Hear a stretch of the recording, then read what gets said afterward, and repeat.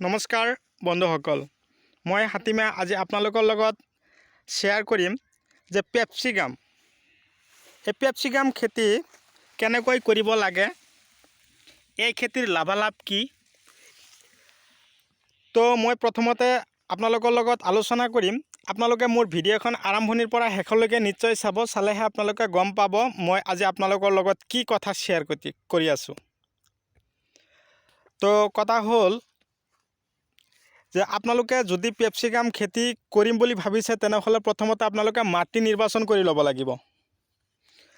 মাটি নিৰ্বাচন কৰিবৰ কাৰণে মই এটা কথাই আপোনালোকক ক'ম যে এই পেপচিকাম খেতি এটা গছত চাওক কেইটাকৈ লাগিছে। এয়া 1 2 3 4 5 6 7 8 এটা গছতেই 8টাকৈ পেপচিকাম লাগি আছে। তো বন্ধুসকল, ওখ এঢলীয়া পানী জমা নোহোৱা মাটি আপোনালোকে নিৰ্বাচন কৰি ল'ব। এনেকুৱা ধৰণৰ মাটিত এনেকুৱা ধৰণৰ পেপচিকাম খেতিৰ বাবে বৰ উপযোগী। এতিয়া কথা হ'ল, এই খেতিত অলৰেডি পলিথিন দি দুইফালে ডোং বান্ধি দুইফালৰ পৰা মাটি উঠাই ওখ কৰি লৈছে। কৰি লোৱাৰ পিছত এই খেতিত পেপচিকামৰ পুলিখিনি লগাইছে। এতিয়া পলিথিনখিনি দিয়াৰ প্ৰধান কাৰণেই হ'ল যাতে কোনো ধৰণৰ ঘাঁহ নাথাকে, ঘাঁহ নগজে। আৰু পেপচিকাম খেতিত আপোনালোকে কি কৰিব লাগিব, প্ৰচুৰ পৰিমাণে আপোনালোকে জৈৱিক সাৰ দিবৰ কাৰণে প্ৰস্তুতি ল'ব লাগিব। গোবৰ সাৰ যিমান আপোনালোকে এই খেতিত দিব, আপোনালোকৰ খেতিৰ প্ৰডাকশ্যন সিমান হ'ব।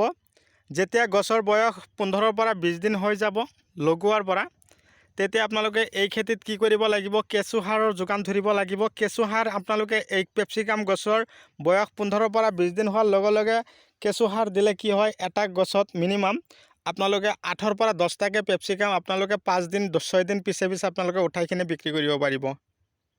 এটা কথা হ'ল, 1 বিঘা মাটিৰ পেপচিকাম জলকীয়াৰ খেতি কৰিবলৈ হ'লে বিঘাই প্ৰতি আপোনালোকৰ ধৰক 25,000 পৰা 30,000 টকা এটা খৰচ হ'ব। তাৰ লগতে মই আপোনালোকক কৈছোঁ এই খেতিৰ লাভালাভ কি। 1 বিঘা মাটিৰ পৰা আপোনালোকে কিমান পেপচিকাম উঠাই আপোনালোকে বজাৰলৈ বিক্ৰী কৰিব পাৰিব। 1 বিঘা মাটিৰ পৰা আপোনালোকে ধৰক সপ্তাহ পিছে মিনিমাম 6 কুইণ্টেলৰ পৰা 7 কুইণ্টেল পেপচিকাম উঠাই কিনে আপোনালোকে বজাৰলৈ বিক্ৰী কৰিব পাৰিব। এটা জলকীয়াৰ ওজন হ'ব কি, ধৰক মিনিমাম 1 পোৱা 250 গ্ৰাম। এতিয়া কথা হ'ল, ওখ এঢলীয়া মাটি আপোনালোকে নিৰ্বাচন কৰি যে খেতি কৰিলে মাজে মাজে আপোনালোকৰ জলসিঞ্চনৰ ব্যৱস্থাও হাতত ল'ব লাগিব, নহ'লে গছখিনি নষ্ট হৈ যোৱাৰ আশংকা থাকিব। খেতি কৰাৰ আগমুহূৰ্তত আপোনালোকে অলপ ৰাসায়নিক সাৰৰো প্ৰয়োজন হ'ব। আকৌ বেছি ৰাসায়নিক সাৰ যদি আপোনালোকে খেতিত দিবৰ কাৰণে প্ৰস্তুতি লয়, তেনেহ'লে আপোনালোকৰ জলকীয়াখিনিও এনেকৈ পচি যোৱাৰ সম্ভাৱনা থাকিব। এয়া চাওক, পচি গৈছে একদম। এতিয়া কথা হ'ল, এই খেতিৰ লাভালাভ বিঘাই প্ৰতি আপোনালোকে মিনিমাম 2 পৰা 2.5 লাখ টকা ইনকাম কৰিব পাৰিব। এই খেতিৰ গছখিনি যাতে নষ্ট নহয় তাৰ কাৰণে আপোনালোকে তাৰ আগতে আপোনালোকে কি কৰিব লাগিব, বিধি ব্যৱস্থা হাতত ল'ব লাগিব বা ঔষধ আপোনালোকে খেতিত স্প্ৰে কৰিব লাগিব। খেতিৰ জলকীয়াখিনি যাতে পচি নাযায় তাৰ কাৰণে এমিষ্টাৰ টপ আপোনালোকে আগতীয়াকৈ আনি থ'ব, আৰু এই এমিষ্টাৰ টপ সপ্তাহত এবাৰ আপোনালোকে খেতিত স্প্ৰে কৰিব।